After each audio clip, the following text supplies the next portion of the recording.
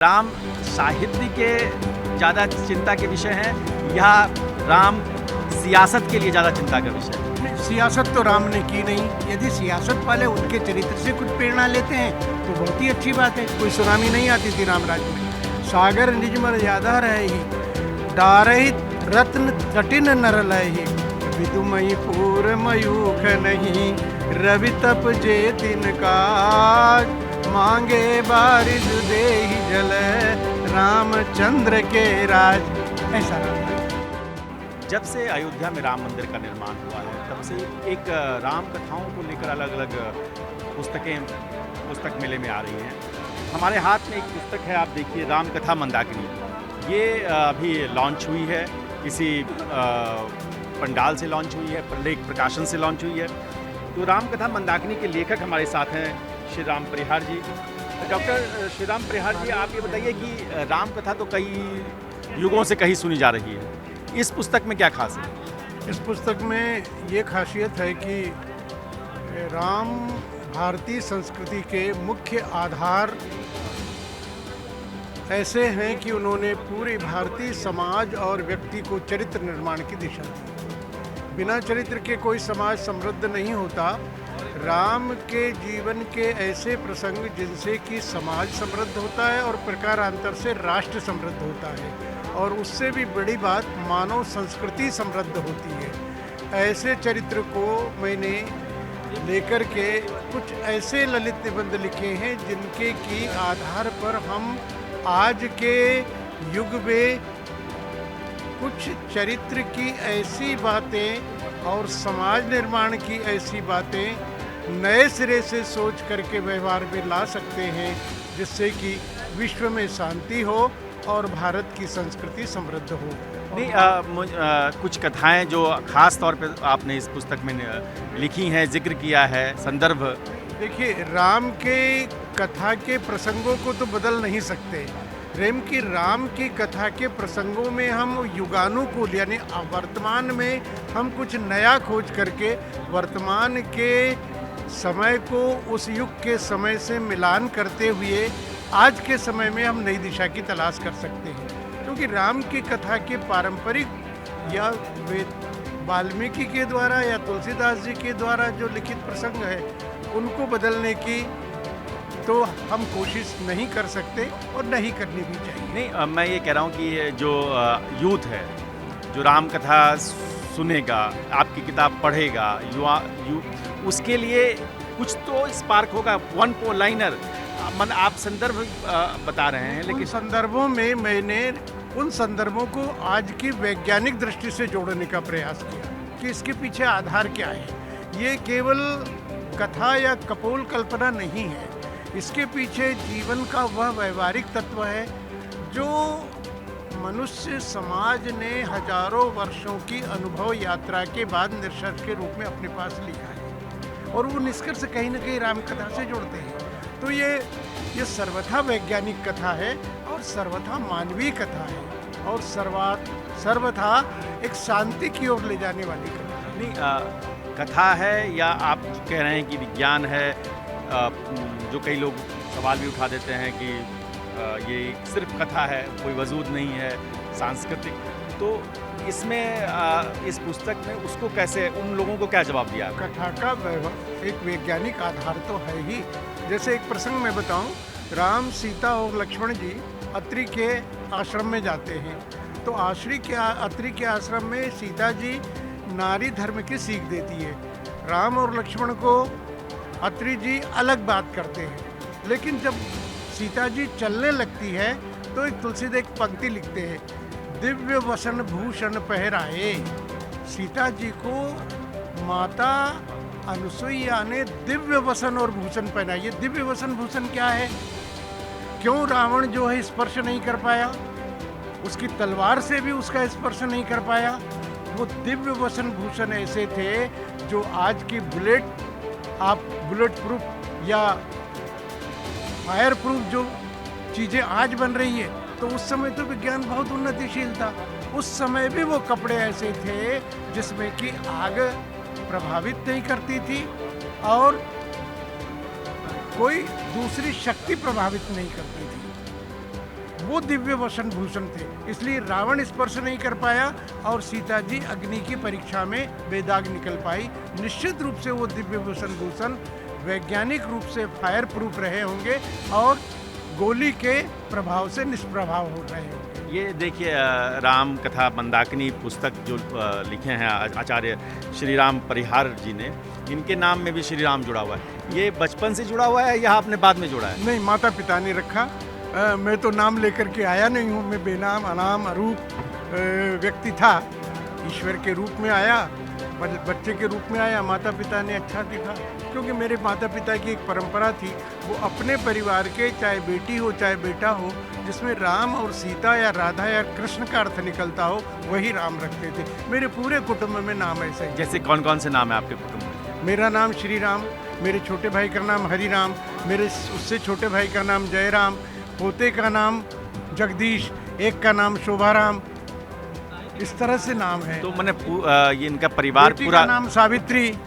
पूरा संस्कृति और संस्कार इस तरह के हैं जो सीधे राम से जुड़ जाते हैं। और जब आप कहते हैं कि आप नाम इसलिए रखे जाते हैं इस तरह के, ताकि आप चाहे अनचाहे भी जब नाम लेंगे तो सीधे प्रभु से नाता जुड़ेगा। तो मैं ये एक चीज़ और आपसे समझना चाहूँगा श्री राम जी, कि राम कथा में कब से आपकी दिलचस्पी हुई और कब से आपने इस तरह के शोध शुरू किए? मैं जब तीसरी कक्षा में पढ़ रहा था, तब पिताजी ने रामचरितमानस खरीद करके ले आए। मेरे पिताजी पढ़े लिखे नहीं थे। उन्होंने कहा कि तीसरी पास बच्चा तो राम कथा रामायण पढ़ता है, तुम भी मुझे रामायण पढ़ करके सुनाओ। तो तीसरी कक्षा से ही उन्होंने मुझे अपने पास बैठा करके, वो पढ़े लिखे नहीं थे, उन्होंने कहा कि मुझे कथा सुनाओ राम की, तुम पढ़े लिखे हो। तो उनके रूप में वो मुझ में अपनी छवि देखना चाहते थे, पढ़े लिखे रूप के। तो क्या सैकड़ों चौपाई मुझे याद हो गई, राम कथा के प्रसंग याद हो गए 8वीं 9वीं 10वीं 12वीं तक। उसके कारण क्या हुआ कि भारतीय संस्कृति को समझने की एक नई दृष्टि मिली, माँ को समझने की, पिता को समझने की, समाज को दृष्टि, भूमि को समझने की, नदी को समझने की, आकाश को समझने की, पृथ्वी को समझने, धरती को समझने की, बिजली को समझने की। और हर माह में यदि तुलसीदास जी कहते हैं कि सी राम मैं सब जग जानी, करहूँ प्रणाम जोरी जुग पानी, तो वो ब्रह्म सब में बैठा हुआ है। फिर कौन किससे बैर और किससे घृणा? तो ये एक चीज़ और मैं समझना चाहूँगा कि आप किस भूमि से आते हैं, कहाँ आपका घर निवास है। दूसरा एक सवाल मेरे जहन में ये है कि राम साहित्य के ज़्यादा विषय हैं या सियासत के ज़्यादा विषय? दोनों के हैं, क्योंकि साहित्य और जीवन का अंतर संबंध है, अटूट संबंध है। सहित यानी साहित्य होता है, किसका हित? मनुष्य का हित। किसका हित? प्राणी मात्र का हित। किसका हित? नदी का हित। किसका हित? पर्वत का हित। किसका हित? भूमि का हित। किसका हित? बादलों का हित। हम किसी को क्षति नहीं पहुंचाते, क्योंकि राम ये कहते जिसको तुमने पैदा नहीं किया उसको मारने की क्या अधिकार किसने दे दिया आपको? ये दृष्टि जो है हमको महापुरुष ही देते हैं, हमारे बुजुर्ग देते हैं। ये एक सिरा आपने छोड़ दिया मेरे सवाल का कि राम साहित्य के ज़्यादा चिंता के विषय हैं या राम सियासत के लिए ज़्यादा चिंता का विषय है? नहीं, सियासत तो राम ने की नहीं, वो आ गई सियासत में, ये अलग बात है। यदि सियासत वाले उनके चरित्र से कुछ प्रेरणा लेते हैं तो बहुत ही अच्छी बात है, समाज उनसे प्रेरणा लेता है तो अच्छी बात है। लेकिन कथाएं लिखी जाती है समाज के लिए, समाज को दिशा देने के लिए, राष्ट्र को समृद्ध करने के लिए। देखिए, राम ऐसे व्यक्ति थे जो अयोध्या से निकल करके श्रीलंका तक भारत के छोटे छोटे गणराज्यों को एकत्रित करने का राष्ट्रीय काम किया है राम ने पहली बार, और उसके बाद चाणक्य ने किया। राम पहले व्यक्ति है जिन्होंने किष्किंधा को मिलाया, जिन्होंने पंपापुर को मिलाया, जिन्होंने मिथिला को मिलाया, वो पूरा एक अखिल भारतीय राज्य की स्थापना की। लेकिन राम ने एक दृष्टि भी दी कि जिसका राज्य उसकी मदद करो संकट में, लेकिन जिसका राज्य जीत करके अपने राज्य में नहीं मिलाना, उसका राज्य उसी को दे देना। विभीषण को चाहते तो अयोध्या में मिला सकते थे, भारत में मिला सकते थे, लेकिन लक्ष्मण से कहा कि जाओ तुम उनका राज्य उनको दे आओ और उनका राज तिलक करो। ये दृष्टि विदेश नीति हमारी कहाँ से आई? रामकथा से निकलती है।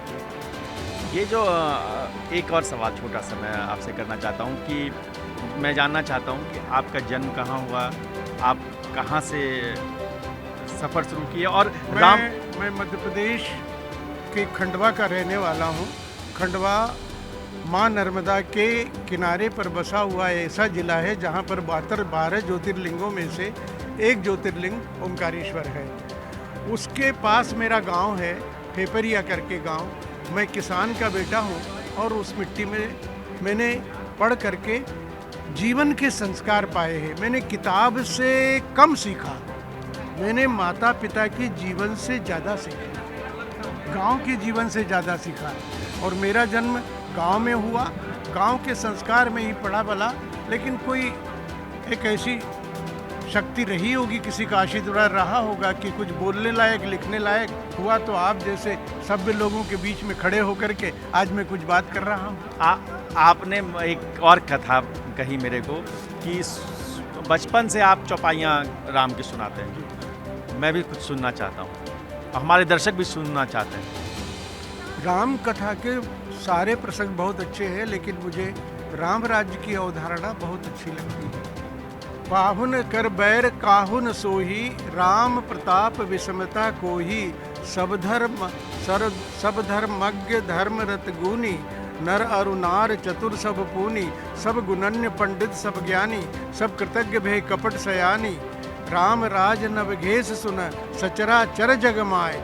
पालहि पोसहि सकल जुग, कृतयुग त्रेता माय। ये राम राज्य के समाज का वर्णन है। राम राज्य की प्रकृति कैसी थी? फूलई फलई सदा तरुकानन, रहई एक संगज पंचानन।